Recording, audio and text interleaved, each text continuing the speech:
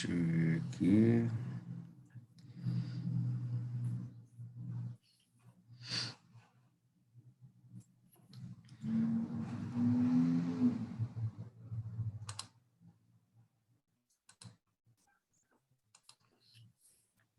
Ok, vocês estão vendo aí?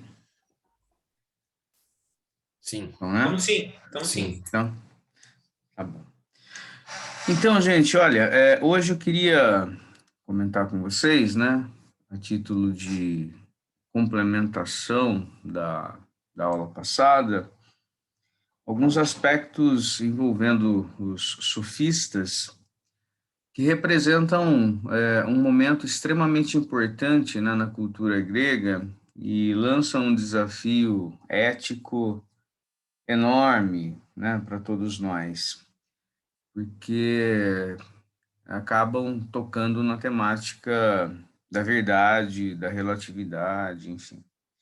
Mas antes da gente entrar nesse assunto, né, especificamente, tratando, né, da causa sofista, e contando um pouco da história deles, né, eu preciso contextualizar isso tudo. Eu disse a vocês na semana passada que por volta do ano 800 antes de Cristo, as cidades-estado da Grécia, elas estavam organizadas num processo que começou por volta de 1200, num processo muito lento, né, de evolução, um processo muito lento de transformação.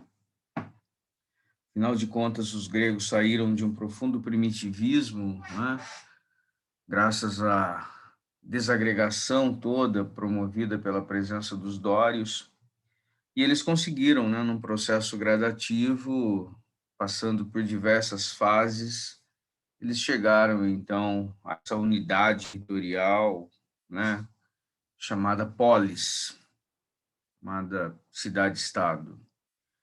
Essa cidade-estado grega, ou as cidades-estado da Grécia, todas elas com autonomia, né, para adorar os seus deuses, para ter a forma de governo que melhor entendesse, né, para terem a melhor proposta pedagógica, educacional, né, para os seus filhos, enfim. Então, isso mostra que os gregos, por volta, né, do século VII, século VIII, eles já tinham, né, uma estrutura organizacional dessa população, cada grupo, né, com autonomia para se articular e para se organizar da melhor maneira que achasse mais, né, da forma que achasse mais conveniente. Num primeiro momento, a gente percebe que quase todas as cidades gregas valorizam muito o ideal aristocrático, né? O que significa isso? A palavra aristocracia significa governo dos melhores. Quem mandava na cidade eram os chamados aristói. Quem são os aristói? Os aristói são aqueles descendentes, né, dos pais fundadores da cidade. Formava-se, então, uma aristocracia de sangue. Então, quem manda na cidade? Bom, são os filhos dos pais fundadores, né? Então, se imaginava, lá atrás você pega, por exemplo, a fundação de Tebas, os valentes de Tebas que se uniram e acabaram, então, organizando a cidade.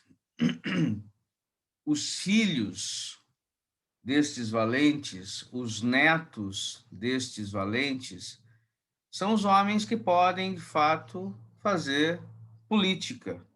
Afinal de contas, eles são os pais, eles são os descendentes dos pais fundadores. E nessa casta, neste grupo, né, nós vamos ter, então, ali um grupo muito restrito, um grupo muito restrito. Esse grupo muito restrito tem a sua proposta pedagógica, sua proposta educacional, tem a sua ética, que é essa ética aristocrática. Eles pensam a educação, por exemplo, a transmissão de valores dentro desse nicho, né? Dentro desse nicho, porque existem os aristói e existem as outras classes.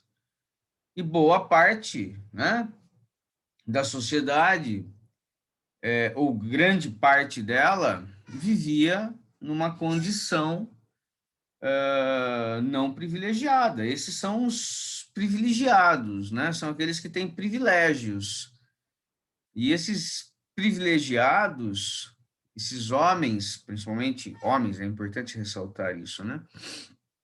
As mulheres, as crianças, não contam. O que conta é esse homem que domina o cenário, esse cidadão por excelência, porque ele é nascido naquela cidade, ele é descendente dos pais fundadores e, portanto, ele é um aristói, ele é um aristocrata, né? A maioria das cidades gregas nasce e tem um rei, a monarquia faz parte. Com o passar do tempo, se percebe que a monarquia é um joguete nas mãos desses aristói, esses aristocratas, né? E esses aristocratas, que são descendentes dos pais fundadores, acabam, então, dominando a cidade. Há aspectos muito positivos na administração dos aristocratas. Se os aristocratas têm uma ética, tem, lógico que tem, né? Aliás, Nietzsche, quando escreve boa parte, né, da sua produção filosófica, Nietzsche critica Sócrates, Platão, Aristóteles, porque para Nietzsche esses homens representam um ideal que significa a perda da virtude aristocrática. A virtude aristocrática deveria guiar a humanidade, não a virtude desenvolvida por Sócrates, Platão, Aristóteles. Nietzsche tem tantos problemas, os problemas que Nietzsche tem são grandes, são enormes, né? E ele tem alguns inimigos assim no horizonte, que ele gosta de criticar com muita virulência. Paulo é uma vítima preferida de Nietzsche, mas Sócrates também, né? Sócrates também é uma vítima preferida por Nietzsche, exatamente porque Nietzsche entende que a tradição socrática, né, que se inicia num determinado momento da cultura grega, significa a perda, né, dessa virtude aristocrática, desses valores aristocráticos. Bom, o que vai acontecer também a partir, né, do século VIII, do século VII, é que essas cidades-estado da Grécia, organizadas e com uma elite aristocrática mandando em cada cidade, começa-se a perceber também um movimento de expansão territorial na Grécia. Então, os gregos começam a criar colônias gregas, né? No Mar Negro, no Mar Mediterrâneo, dominam várias e várias regiões, estabelecem essas colônias e essas colônias gregas, como por exemplo no sul da Itália, né, chamada Magna Grécia, essas colônias acabam produzindo, né, uma série de pensadores interessantes. Aliás, a filosofia vai circular em função dessas colônias gregas, né? E essas colônias gregas são colônias que movimentam, né, economicamente, toda a sociedade grega, e fazem surgir um outro tipo, uma outra figura, um outro tipo idealizado, né? Um tipo ideal ali de homem, né? Porque agora você tem um comerciante. Essa classe dos comerciantes, né? Uma classe que ganha dinheiro com o comércio, é uma classe que vai, de alguma maneira, se contrapor aos valores da chamada aristocracia. Esse grupo de comerciantes, primeiro, precisa de algumas garantias, porque a grande aventura do comerciante na antiguidade é que ele é um sujeito livre, mas, ao mesmo tempo, ele não é um cidadão de uma única cidade. Ele é um ser cosmopolita e perambula pelas cidades, perambula pelo mundo antigo fazendo comércio. Mas a sua atividade comercial, graças à moralidade da antiguidade, se ele fica devendo, ele pode cair na condição de escravo. Então, há um risco enorme na atividade comercial no mundo antigo, né? E o que esses comerciantes querem? Esses comerciantes começam a perceber que não dá para você dissociar economia de política, né? Se eles querem ter êxito nas suas atividades comerciais, eles precisam interferir na política também. Então, começa toda uma movimentação por parte dessa classe comercial para forçar uma mudança na forma, né, de governo dessas cidades. E começa a ser resgatada uma forma de governo que existia fora do mundo grego, em outras cidades do mundo, que é a forma da democracia. Democracia não é uma invenção grega, ela é um aperfeiçoamento grego, né? E, portanto, a democracia começa a aparecer como uma opção. Por quê?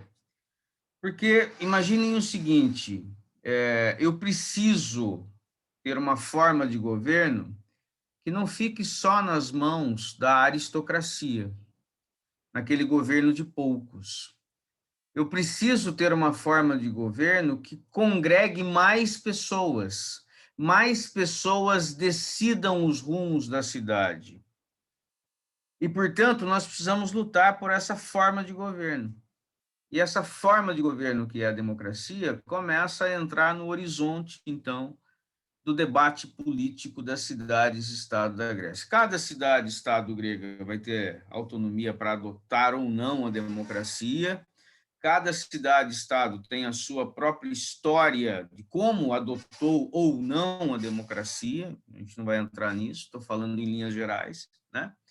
Mas é fato que nós vamos ter, então, uma luta renhida, uma luta bastante intensa, né, dessa nova classe social dos comerciantes, pressionando para que pudéssemos ter uma forma de governo que congregasse mais pessoas. É lógico que a ideia é a seguinte: imaginem a aristocracia, uma forma de governo que cabe isso aqui, né?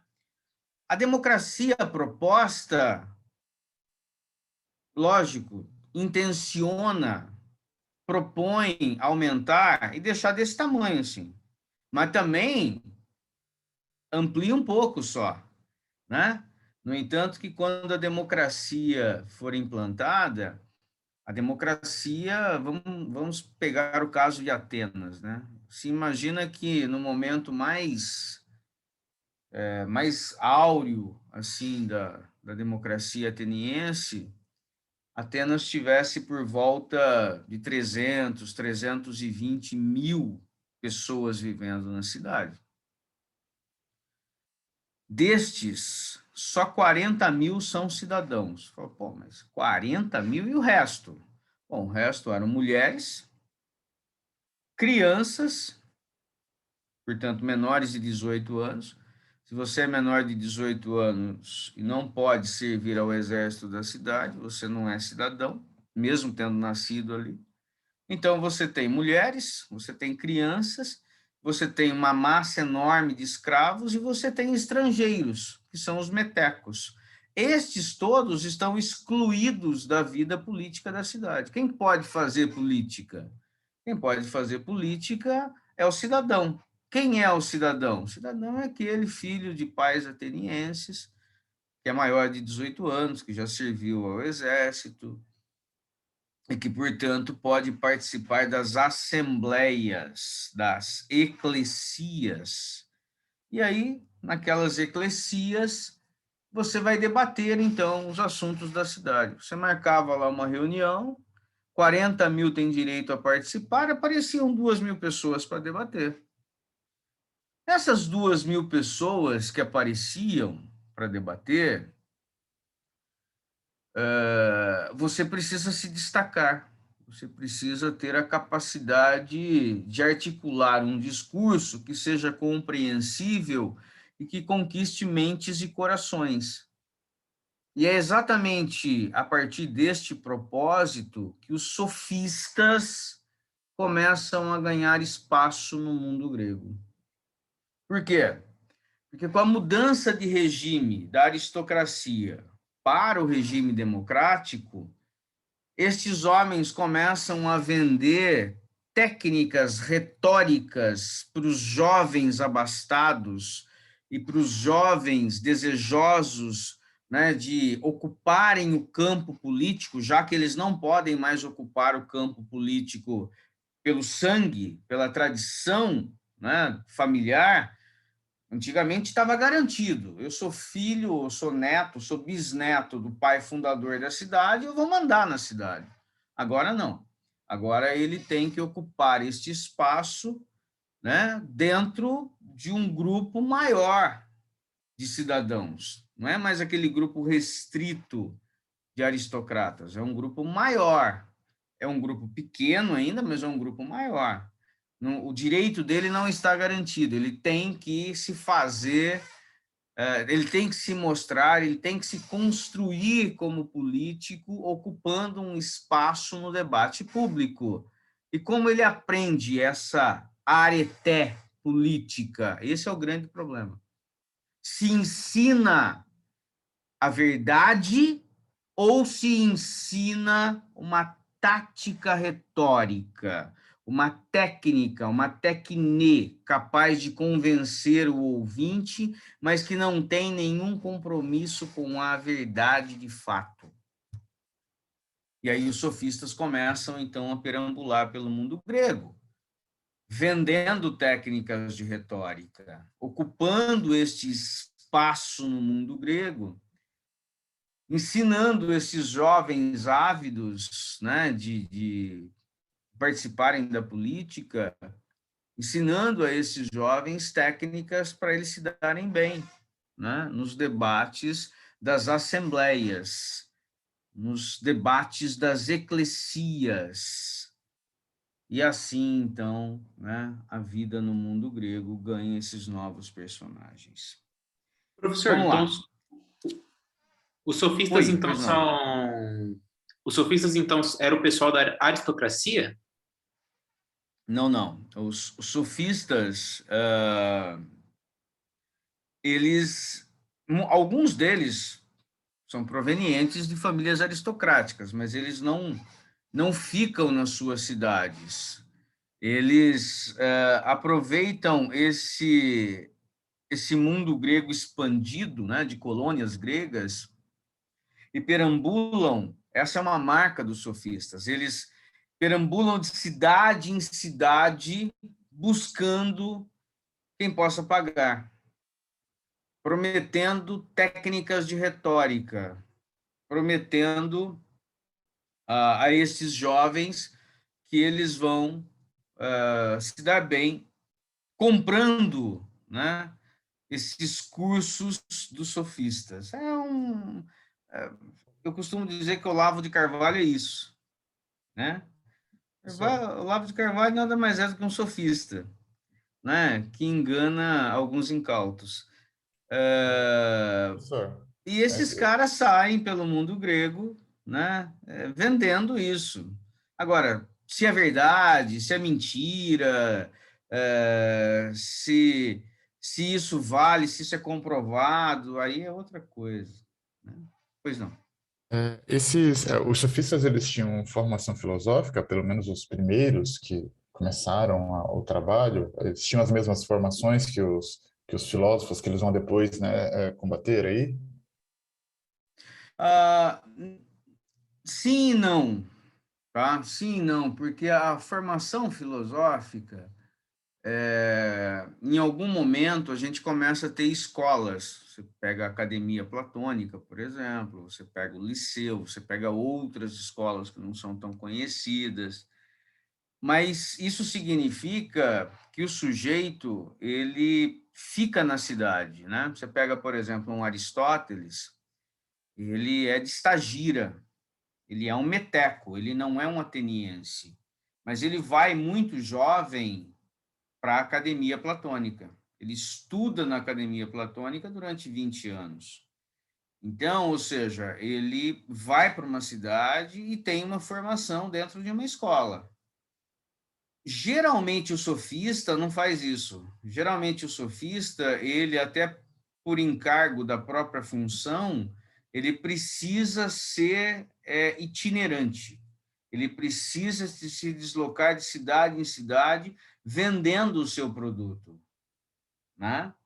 E esse é o problema com os filósofos, porque os filósofos vão olhar para os sofistas com muita desconfiança, né? Sócrates vai olhar para os sofistas e vai dizer: vocês são prostitutos, vocês vendem aquilo que vocês não deveriam vender. Aliás, aquilo que vocês vendem, quando nós entramos num debate tete a tete, não sobra nada, porque vocês enganam as pessoas, que vocês iludem as pessoas. Agora, isso quer dizer que os sofistas sejam maus em essência? A gente fica com essa impressão porque eles simplesmente enfrentaram os mocinhos da história, né? Mas não é bem assim também, né? A gente vai perceber que, graças aos sofistas, um ideal de educação se torna algo muito importante na antiguidade. Por isso que eles são chamados de professores de sabedoria, né? Os sófos, né? Mas com o passar do tempo, a prática deles, até por conta dos embates que eles tiveram com Sócrates, Platão, Aristóteles, se bem que Aristóteles, quando faz uma análise na metafísica a respeito das várias escolas sofísticas, Aristóteles faz, né, uma história da filosofia no primeiro capítulo da metafísica, ele não lista os sofistas como uma escola filosófica. Ele cita todas as outras, né? Todas as outras escolas pré-socráticas, porque as escolas pré-socráticas estavam interessadas no debate cosmológico, em compreender como que o cosmos se organizou e criar um discurso para chegar a arquê, ou arqué, né? Para chegar, então, ao princípio de tudo. E foram 250 anos, né, de debates filosóficos tentando entender o cosmos. Quando a gente começa a perceber a mudança, é quando tem essa mudança política. Então, você tem a aristocracia tendo que conviver com os comerciantes pressionando por uma nova forma de governo que os incluísse, mas que depois fosse imediatamente fechada. A mudança de foco da filosofia acontece, porque agora você não vai mais discutir cosmologia, você vai discutir agora o homem, e aí os sofistas têm um papel importante, né? Porque é com eles que este programa de formação do homem aparece. Por isso que não dá para falar de Sócrates, Platão e Aristóteles se você não falar dos sofistas, né? Porque os sofistas têm esse papel, um papel de provocar o debate, né? Tá bom, eu posso vender qualquer coisa como conhecimento?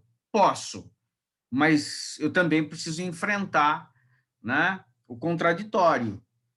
Eu posso ter alguém que me desminta e prove que eu sou um charlatão, eu sou um farsante, porque aquilo que eu vendo não é a verdade, é só um fragmento da verdade.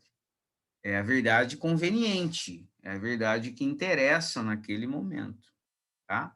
Então, assim, eles são, têm formação filosófica, eles estão no debate. Muitos deles podem até, inicialmente, ter participado de uma escola ou outra, mas a função deles não é essa, a função deles é perambular.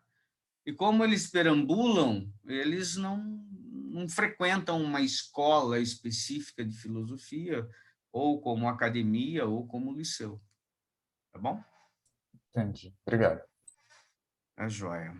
Bom, vejam só, os sofistas, né? É difícil precisar quando eles apareceram, mas até por conta, né, da nossa vinculação com a tradição socrática, a gente costuma perceber mais intensamente a atividade dos sofistas nesse século V, né?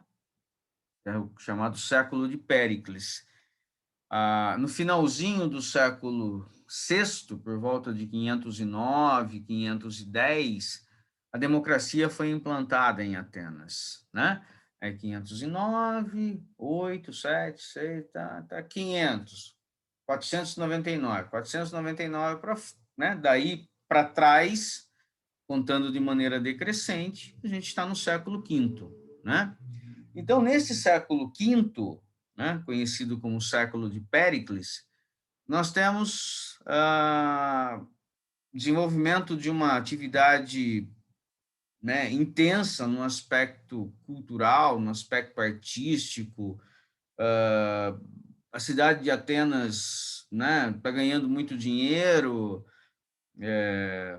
a vida, né, acontece nos teatros, né, nas peças encenadas, no debate político, quer dizer, é um momento mágico, um momento fantástico, né?